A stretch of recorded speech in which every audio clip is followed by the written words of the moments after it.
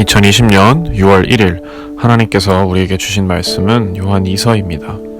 요한 2서는 요한 3서, 유다서, 빌레몬서와 함께 신약 성경에서 가장 짧은 책입니다. 신약 성경의 원문인 고대 그리스어로 300단어가 채 되지 않아서 단숨에 읽을 수 있을 정도로 짧습니다. 사실 내용 자체도 요한 1서와 아주 비슷해서 마치 반복되는 내용인 것처럼 보이실 수도 있습니다. 그래서 고민을 하다가 요한 2서의 내용만 다루게 되면 아주 짧게 하루 만에 끝나고 심지어는 5분도 안 될 수도 있다는 생각이 들었습니다. 그래서 요한 1서를 함께 살펴봤을 때 제가 말씀드리지 않았던 몇 가지 사실을 알려드리고자 합니다. 다소 학문적인 얘기가 포함될 수도 있어서 복잡할 수 있지만 요한 2서를 비롯해서 요한 1서, 2서, 3서 전체를 이해하는 데도 도움이 되고 무엇보다 요한 복음도 이해하는 데 도움이 될 것이라 생각됩니다. 함께 구절을 살펴보시면서 들으시면 좋겠습니다. 자, 오늘은 요한 2서와 관련된 배경을 설명해 드리고 내일 요한 2서의 내용을 구절들을 다루도록 하겠습니다. 요한 2서는 요한 1서, 2서, 3서와 함께 묶어서 흔히 요한 서신이라고 부릅니다. 요한이 쓴 편지인 것이죠. 요한 서신은 요한복음, 요한계시록과 함께 흔히 사도 요한이 작성했다고 알려져 있습니다. 그런데 사도 요한이 작성한 문헌들, 요한복음, 요한서신, 요한계시록은 다른 신약 성경의 내용과는 다소 다르고 아주 독특한 문체나 표현들이 쓰이고 있습니다. 예를 들어서 요한복음의 경우 마태, 마가, 누가복음과는 다르게 12제자들을 명시적으로 알려주고 있지 않습니다. 이는 사도 요한이 제자들에 대해서 강조하기보다는 예수님을 더 강조하고자 하는 목적을 가졌다고 생각됩니다. 요한복음, 요한서신이 독특한 느낌을 가지게 된 이유에는 바로 요한 공동체라고 불리는 여러 교회들의 모임이 있었습니다. 사도 요한이 가르치고 활동했던 교회들을 현대의 학자들은 요한 공동체라고 부릅니다. 사도 요한이 작성했던 책들이 원래는 요한 공동체를 위해서 작성한 것이었습니다. 요한복음도 요한 공동체에게 예수님이 누구셨는지 알려주기 위해서 작성된 것이고, 요한서신도 요한 공동체 내에서 벌어지는 다양한 상황에 대처하고자 쓰인 편지라고 할 수 있습니다. 요한 1서를 묵상할 때 사도 요한이 자기가 사랑하는 교회에 편지를 썼다고 제가 알려드렸는데요. 사실은 제가 사랑하는 교회라고 표현했던 것이 바로 학자들이 말하는 요한 공동체입니다. 요한 공동체는 나중에 현대가 돼서 학자들이 붙인 이름이고 원래 이름이 무엇이었는지는 알 수 없습니다. 요한 공동체는 사도 요한이 중점적으로 사역하는 몇몇 개의 교회들이 있었습니다. 요한 공동체는 사도 요한을 비롯해서 예수님의 제자들을 통해서 배운 대로 신앙생활을 하고 있었습니다. 그렇게 신앙생활을 하던 중에 요한 공동체는 몇 가지 중요한 사건을 맞이하게 됩니다. 첫 번째는 기원 후 70년에 예루살렘이 로마의 군대에 의해 완전히 멸망한 것입니다. 그 전까지 예루살렘에 속해 있는 팔레스타인 땅, 옛날 이스라엘 땅은 로마 제국이 지배하고 있긴 했지만 예루살렘 성을 완전히 멸망시키거나 하지 않았습니다. 헤롯 왕과 같은 지역의 군주들을 인정하고 유대인들이 성전에서 예배 드리는 것을 방해하지 않고 인정하고 내버려 두곤 했습니다. 우리가 잘 아는 빌라도와 같은 총독을 보내어 간접적으로 통치했습니다.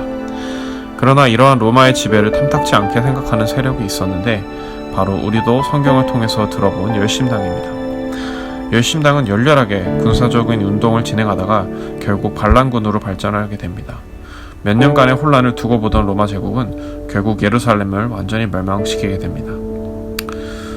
그 전에 예루살렘이 멸망하기 전까지 사실 그리스도인들과 유대인들 간에는 큰 차이가 없어 보였습니다.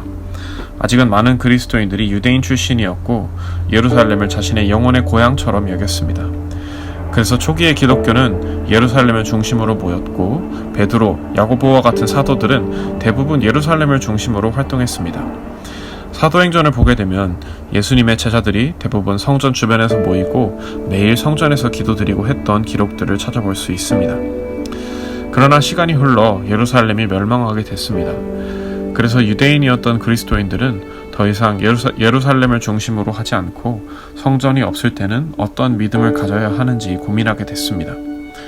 더 이상 성전에 가서 기도할 수도 없었고 하나님께서 계시는 것으로 생각했던 성전도 사라지게 됐습니다. 이런 새로운 상황을 맞이하게 되니 요한 공동체는 혼란스러워했습니다. 앞으로는 하나님을 어떻게 믿어야 하나 하고 고민하게 됐던 것입니다. 두 번째 위기는 바로 유대인들과 그리스도인들이 점점 구별되어서 로마 제국의 공식적인 박해가 시작됐다는 것입니다. 이전에는 유대인들에게만 박해받았지만 점점 로마 제국도 공식적으로 그리스도인들을 박해하기 시작했습니다. 황제 숭배를 하지 않기 때문에 예수님을 믿는다는 이유로 박해하기 시작했던 것입니다. 그런 와중에 유대인들에게도 공격을 당하고 있으니 많은 그리스도인들은 위기감을 느끼기 시작했습니다. 요한 공동체 역시 동일한 위기를 겪었습니다.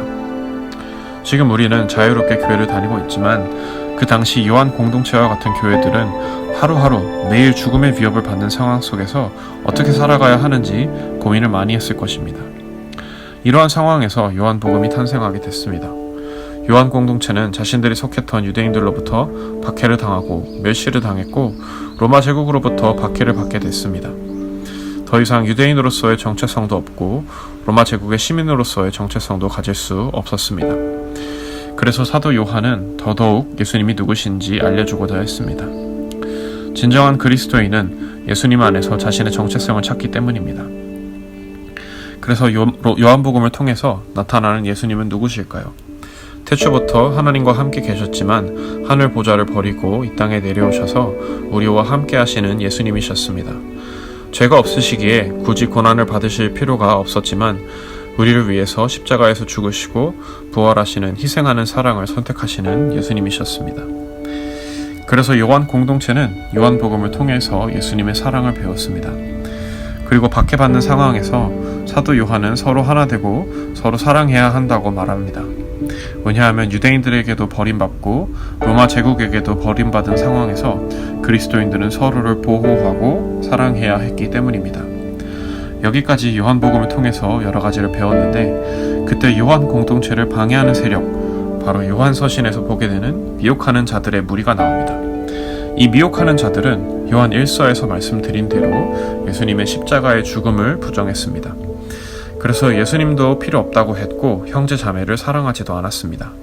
말로만 교회를 다니면서 기도하고 예배드렸지 정작 행동은 전혀 그리스도인 같지 않았다는 것입니다. 이렇게 미혹하는 자들의 무리가 있기에 사도 요한은 다시 한번 편지를 쓰게 되는데 그것이 우리가 아는 요한 1서입니다. 그래서 요한 1서는 요한 공동체의 여러 교회들이 순회하면서 읽을 수 있도록 작성된 회람서신이었습니다. 회람서신이란 여러 교회들이 읽도록 돌아가면서 읽으라고 작성된 것입니다. 그래서 요한 1서에는 많은 교회들이 읽을 수 있도록 받는 사람도 없고 쓴 사람도 따로 적지 않은 것입니다.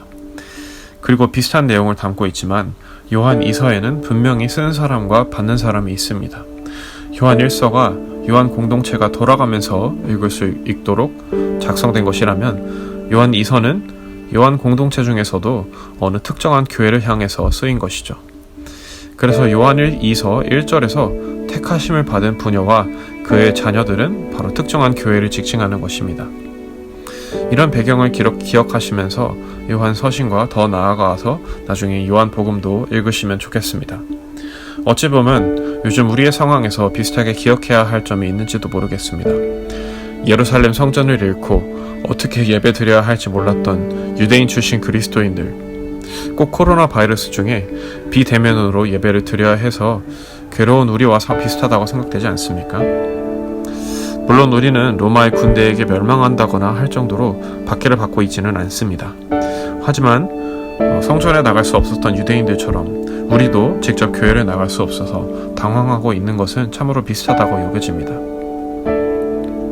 이런 중에 우리는 요한 복음과 요한 서신의 말씀처럼 예수님이 누구신지 기억해야 합니다. 이 어렵고 힘든 상황 속에서 몸이 교회에 나갈 수 없어서 교회에서 예배 드릴 때보다 참으로 말씀을 지키고 살아가는 것이, 예배를 드리고 살아가는 것이, 신앙생활을 하는 것이 어렵다고 느끼실 수 있습니다. 하지만 이런 상황 속에서도 우리는 먼저 성경 속에서 나타나는 예수님이 누구신지 기억해야 합니다. 그리스도인으로서 살아가기 위해서는 요한 공동체처럼 다시 성경 말씀으로 우리가 돌아가야 합니다. 요한 공동체를 위해서 사도 요한은 예수님이 누구신지 기억할 수 있도록 요한 복음과 요한 서신을 남겼습니다. 그러니 우리도 혹시 우리의 예배를 드리는 자세에서 지나치게 건물과 예배당을 의지했던 것은 아닌지 되돌아봤으면 좋겠습니다. 물론 예배당이 함께 모여서 예배 드리는 것은 하나님을 기억하고 예수님을 기억하는 데 큰 도움을 줍니다. 우리가 함께 다 같이 모여서 찬양을 드리고 말씀을 묵상하는 것은 아주 많은 도움이 됩니다. 하지만 지금 우리는 코로나 바이러스 기간을 지나면서 새롭게 예배를 드리는 국면에 처해 있습니다. 언젠가 다시 함께 모여서 예배당에서 함께 모여서 예배를 드릴 날을 사모해야 하지만 동시 여러분 각자의 자리에서 요한 1서와 요한 2서를 묵상하시면서 예수님이 누구신지 기억하셨으면 좋겠습니다. 비대면이든지 대면으로 예배당에 모이든지 우리는 어디에 있든지 그리스도인입니다. 예수님께서는 예배당에만 계시는 분이 아니시고 어디든지 우리의 마음속에 계시는 분입니다. 그래서 그리스도인 된 우리의 삶의 모습을 통해서 남들은 예수님이 누구신지 알게 됩니다. 내가 만약 사랑이 없는 모습으로 산다면 세상 사람들은 예수님이 사랑이 없다고 생각하게 될 것입니다. 하지만 내가 사랑이 많은 모습으로 살아간다면 세상은 예수님이 사랑이 많으신 분으로 알게 될 것입니다. 그러니 항상 성경을 묵상하시면서 예수님의 사랑을 날마다 배우는 여러분들이 되실 수 있기를 주님의 이름으로 축복합니다.